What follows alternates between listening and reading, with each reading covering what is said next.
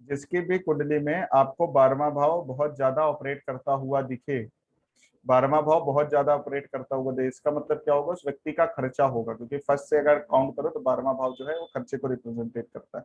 आपको पता है आपका जो छठा भाव होता है, हमारा जो छठा भाव होता है वो पैसे का हाउस माना जाता है, हमारे पैसे को हमारा छठा भाव दिखाता है।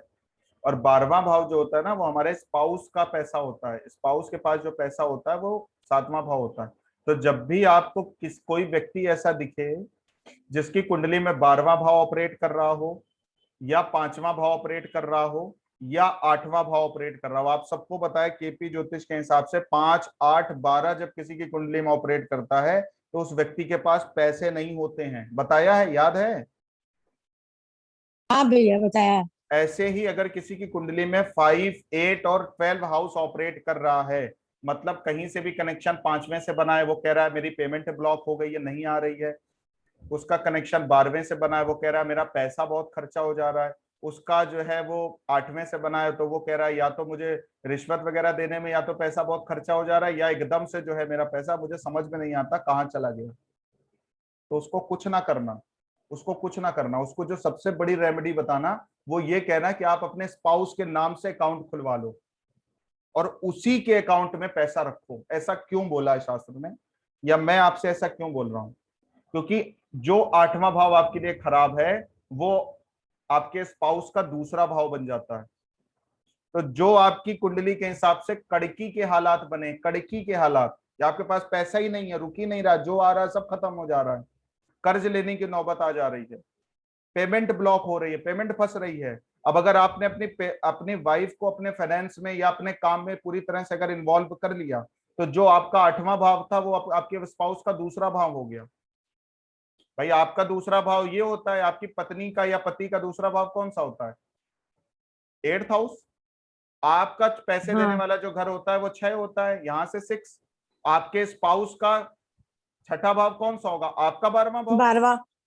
आपका प्रॉफिट्स, आपका 11वां भाव कौन सा हाउस होता है? आपसे 11वां भाव। आपके स्पाउस से 11वां भाव कौन सा होगा? 5th house. तो कभी भी आपको कोई भी व्यक्ति दिखे जिसकी कुंडली में 5, 8 या 12 ऑपरेट करता हुआ दिखे, 5वें, अब वो क्या पेमेंट ब्लॉक हो गई है, या वो क्या एकदम से पैसा खर्चा हो जा रहा है, या वो क्या पता ही नहीं चलता पंडित जी कहाँ पैसा, पता नहीं कब चलेगा जब 8th हाउस ऑपरेट करेगा। क्वेश्चन को देख के ही हम लोग आकलन कर सकते हैं कि इस व्यक्ति के पैसा किस हाउस से कनेक्टेड हो गया। अगर वो कह रहा है पेमेंट ब्लॉक है, 5th हाउस की बात हो रही है। अगर वो कह रहा है पैसा बच नहीं रहा, तो 12th हाउस की बात कर रहा है। अगर वो ये कह रहा है कि पैसे का पता नहीं चल रहा है कहां जा रहा है, तो वो 8th हाउस की बात कर रहा है। ऐसी एक भी सिचुएशन बने, या खास तौर पर जो केपी ज्योतिष कर रहे हैं उनको पता है ये चीजें, जब भी आप किसी की स्क्रिप्ट रीड कर रहे हो, दशा अंतर दशा में 5, 8 या 12 दिख जाए, या पराशरी के हिसाब से 5वें भाव उसका क्वेश्चन 5वें भाव, 8वें भाव या 12वें भाव से हो, आंख बंद करके जो उसको पहली रेमेडी देना, पता है आपको, जो पूजन पाठ, ये पहले भी मैंने बताया फिर बता रहा हूँ, ये बहुत बाद की चीजें हैं, ये पहली की चीजें नहीं है। ये जिनकी लाइफ आसान से चल रही होती है, जेनुअली जी रहे होते हैं, फिर उनको अगर कोई रेमेडी चाहिए होती है तब उनको जो है वो वाली रेमेडी दी जाती है। पहले तो प्लान ही कर लो, वही रेमेडी है एक्चुअली एस्ट्रोलॉजी। उनको बोल देना आप अपने स्पाउस के नाम से अकाउंट खुलवा लो, या आपका कोई बिजनेस पार्टनर हो उसके नाम से अकाउंट खुलवा लो, उसमें पैसा रखो, अपने पास एक भी रुपया ना रखो। कड़की तुम्हारी होनी है ना, तो तुम 1 रुपया ना रखो, तुम्हें मांगना पड़े अपने स्पाउस से, या तुम्हें मांगना पड़े अपने बिजनेस पार्टनर से कि हमें 100 रुपए की जरूरत है, 1000 रुपए की जरूरत है, 5000 की जरूरत है, 10,000 की जरूरत है, मुझे आप दो। वो चेक साइन करे, वो एटीएम से निकाल के अपनी तरफ से दे, तो अपना काम चलाओ। क्योंकि कड़की आपकी कुंडली में बनाई हुई है ना, वो प्लैनेट्स आपको दीनहीन देखना चाहते हैं ना, लेकिन आपके स्पाउस के पास अगर वही पैसा जाएगा, आपके बिजनेस पार्टनर के पास अगर वही पैसा जाएगा, और आपके दूसरे भाई बहन के जो स्पाउस होते हैं, दूसरे बड़े भाई बहन के जो स्पाउस होते हैं, पहला बड़ा भाई कौन होता है? 11वां भाव। और इससे जस्ट बड़ा कौन होता है? उससे तीसरा भाव काउंट करोगे तो फर्स्ट हाउस ही आ जाता है, फर्स्ट हाउस ही आ जाता है। उनका जो स्पाउस होता है भाभी, मतलब जस्ट जस्ट आपसे बड़ा वाला जो भाई हुआ, उससे भी अगर अगर आप तीसरे नंबर के हो, और आपका जो फर्स्ट एल्डर ब्रदर है, पहला ही एल्डर ब्रदर है उस या सिस्टर है, उनके स्पाउस के नाम से भी अगर आप अकाउंट खुलवा लोगे फिर भी 7th हाउस हो जाएगा। तो आप सबके पास एक सिचुएशन और आएगी, वो कहेंगे हम इनके नाम अकाउंट खुलवा ले, इनके नाम अकाउंट खुलवा ले, तो उनको आप सर्च करना कि इस हिसाब से ये कौन सा हाउस आ रहा है, तो वहां भी लगाना दिमाग। कभी कभी बड़े भाई बहनों से या उनके स्पाउस से इतना फेथ होता है, इतना कॉन्फिडेंट होता है और इतना ज्यादा ट्रस्ट होता है कि आदमी जो कहता है हम अपनी पत्नी के नाम ना करवा के हम अपनी भाभी के या जीजा के नाम अकाउंट खुलवा लें, क्या होता है, बहुत सारे लोगों का फेथ मिल जाता है। हमारे पास अभी एक एग्जाम्पल आया, वो क्या था, उस लड़के की जो है पूरी की पूरी कड़की वाले हालात थे। 5, 8 और 12 का कॉम्बिनेशन था। कड़की वाले हालातों में कोई ट्रक खरीद लेगा क्या, बताइए? कड़की वाले हालात में कोई ट्रक खरीद लेगा? मुझे आप केवल इतना बताओ, जवाब दो। ना, नहीं खरीद पाएगा ना। उसकी जस्ट बड़ी बहन, फिर उसके बाद एक और बड़ी बहन, उनके जो जीजा थे, उनके जो जीजा, बात मेरी समझना, उनकी जस्ट बड़ी बहन 11वां भाव, ठीक है, और उससे बड़े भाई बहन को हम लोग 11वें से तीसरे पे आ जाते हैं। पता है रूल? नहीं पता है फिर बाद में बता देंगे, जो पढ़े हैं उनको पता है। तो फर्स्ट हाउस आ गया, तो उसकी जो जस्ट बड़ी से बड़ी बहन थी, उसके जो जीजा थे, मतलब उनके जो हस्बैंड थे, तो आप उनका 7th हाउस हो गया, बताइए हो गया? 7th हाउस हो गया कि नहीं हो गया? नहीं समझ में आया? हाँ भैया, आ गया समझ में। आ गया ना। क्यों? क्योंकि आपके जस्ट बड़े भाई बहन होते हैं 11वां भाव, उनसे भी अगर बड़े वाले को देखना है, उनसे भी बड़े वाले को देखना है, तो आपका हो गया फर्स्ट हाउस। तो फर्स्ट हाउस का जो स्पाउस बन गया वो आपका 7वां भाव बन गया। तो मैंने, वाइफ भी आपका 7वां भाव होती है। अगर आप तीसरे नंबर के हैं तो आपका जो फर्स्ट नंबर का भाई बहन है उनके भी स्पाउस 7th हाउस होते हैं। आपको हैरानी होगी, उनके जो जीजा हैं वही पूरा अकाउंट उनका होल्ड करते हैं। वो जितना भी ट्रांजेक्शन होता है वो जीजा के नाम से होता है। उन्होंने सीधे अपने साले को बोल के रखा हुआ है कि तू जितना, और उसके पास जानते हो स्थिति क्या, अगर उसके पास 10,000 भी है तो उसके पास लेने के लिए लोग खड़े हैं, 5,000 भी है तो लेने के लिए लोग खड़े हैं। थोड़ा सा जो है वो आ, अच्छे थॉट प्रोसेस का है, जरूरत पड़ी है किसी को, चलो दे दें, वो खड़े हैं। इससे उनके जीजा खपा हो गए, बोले जब मैंने ट्रक निकलवाना था तो मैंने तुम्हारा सपोर्ट किया, मैंने तुम्हें फाइनेंशियली हेल्प करी। उसके बाद जब तुम अब कमा रहे हो, जब तुम अब कमा रहे हो जब अब तुम कमा रहे हो तो तुम दूसरों को उधारी बांट रहे हो, इसको चुकाओगे कैसे? तो अब तुम्हें कुछ नहीं करना, सारा का सारा अकाउंट जो है उन्होंने अपने नाम ले लिया। जितना भी पेमेंट होती है ट्रक की वो उनके जीजा हैंडल करते हैं, ट्रक लड़के के ही नाम है, पूरा उनका ऑडिट, पूरा उनका खर्चा जीजा हैंडल कर रहे हैं। उसको जितना खर्चा चाहिए होता है ट्रक का वो उनके जीजा पे करते हैं ऑनलाइन। वो उनको उसके अकाउंट में उतना ही पैसा डालते हैं जितनी कल नीड है उसको। योग तो वही था, योग तो वही था कड़की वाला। अब वो कड़की क्यों नहीं दिख रही है? क्योंकि अब प्लान कर लिया गया है। अब प्रकृति उसको सपोर्ट कर रही है, वो जेन्युइन व्यक्ति है, प्रकृति सपोर्ट कर रही है। उसको ऐसे जीजा मिल गए जिसकी वजह से वो चीजें हो गई। उसकी बहन के जो स्पाउस है वो उसका 7वां भाव हो गया, अभी शादी नहीं हुई है उसकी। अब वो हमसे पूछ रहा था कि शादी के बाद हम क्या करें, तो हमने उसको सीधे बोला, हमने कहा कुछ ना करना, एक ज्वाइंट अकाउंट खुलवाना, बल्कि ज्वाइंट भी मत खुलवाना। जो तुम्हारी रिस्पॉन्सिबिलिटी तुम्हारे जीजा लिए हैं, अगर वो कल को छोड़ना चाहें, अभी शादी नहीं हुई थी उसकी, या तो वो शादी तक वेट करता या तो उसने सीधे जीजा को पकड़ दिया। उसको किसी ने उपाय नहीं बताया, उसको किसी एस्ट्रोलॉजर ने सजेशन नहीं दिया। लेकिन जो व्यक्ति डेडिकेटेड होता है ना किसी भी चीज के लिए, उसको प्रकृति सपोर्ट करती है। उसके मन में केवल एक जिद थी, वो कह रहा था मुझे अपनी गाड़ी लेनी है बस, अब वो कहां से होगी वो भगवान जाने। तो हम, आपने मोटिवेशन स्पीकर को, स्पिरिचुअल लीडर्स को कहते हुए सुना भी होगा, जो आप ठान लेते हो, जो आप चाह लेते हो, अगर उसके पीछे गुड इंटेंशन है, अच्छी इंटेंशन है, तो प्रकृति आपकी कहीं ना कहीं से हेल्प करती है। और वही जो दुर्योग आपकी कुंडलियों में भी बने हैं वही आपके सौभाग्य में बदल जाते हैं। इसकी कुंडली को देख करके, अभी शिप्रा जी के पास कुंडली आए, उर्वशी जी के पास कुंडली आए, आप लोगों के पास जिनको अभी तक ये रूल नहीं पता है, उनके पास अगर कुंडली आए तो आप सब सीधे यही बोलते हैं ना, 5, 8, 12 तुम्हारा चल रहा है, ये बैड नंबर्स हैं पैसा देने के, यही बोलते हैं ना आप लोग।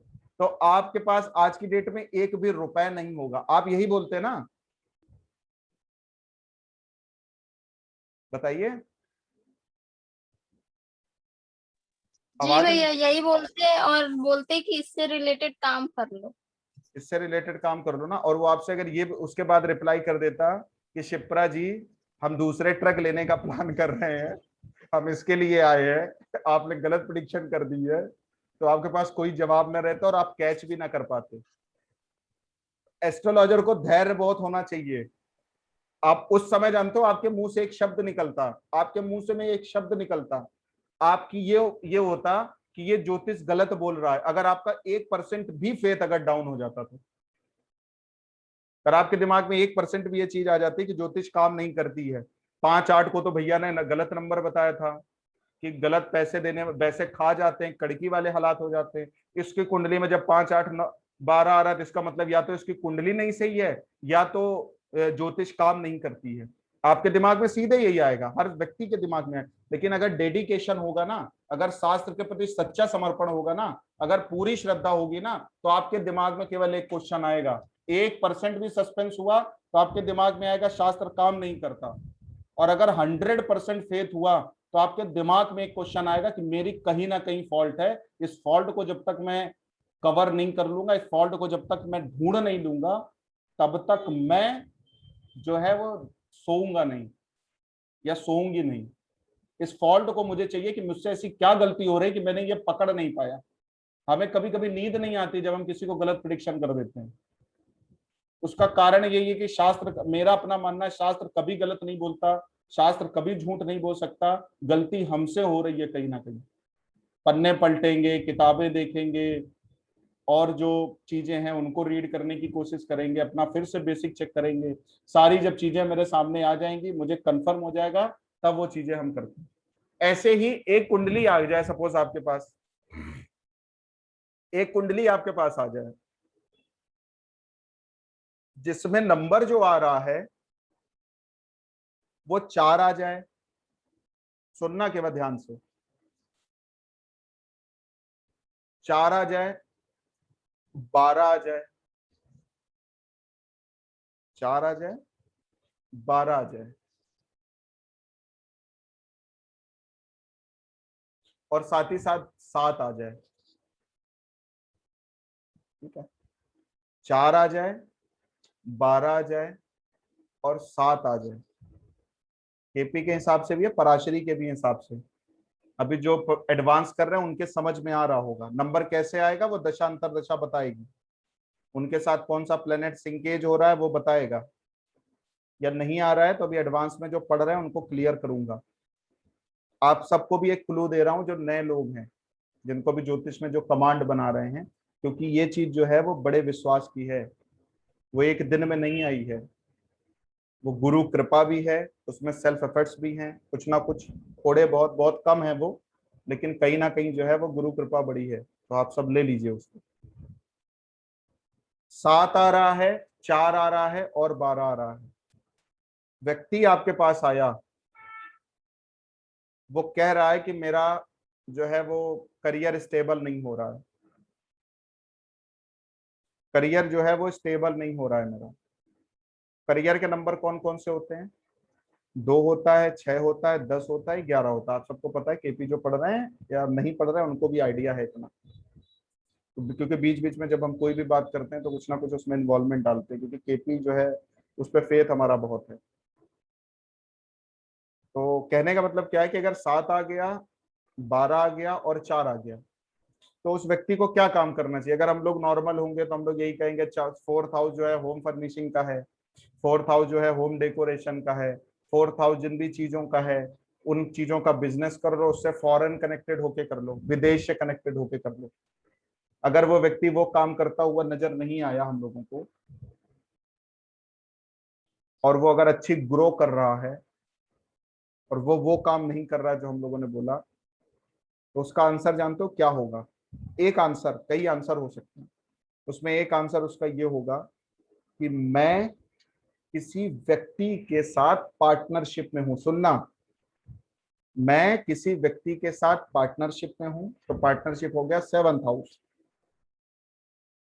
उसके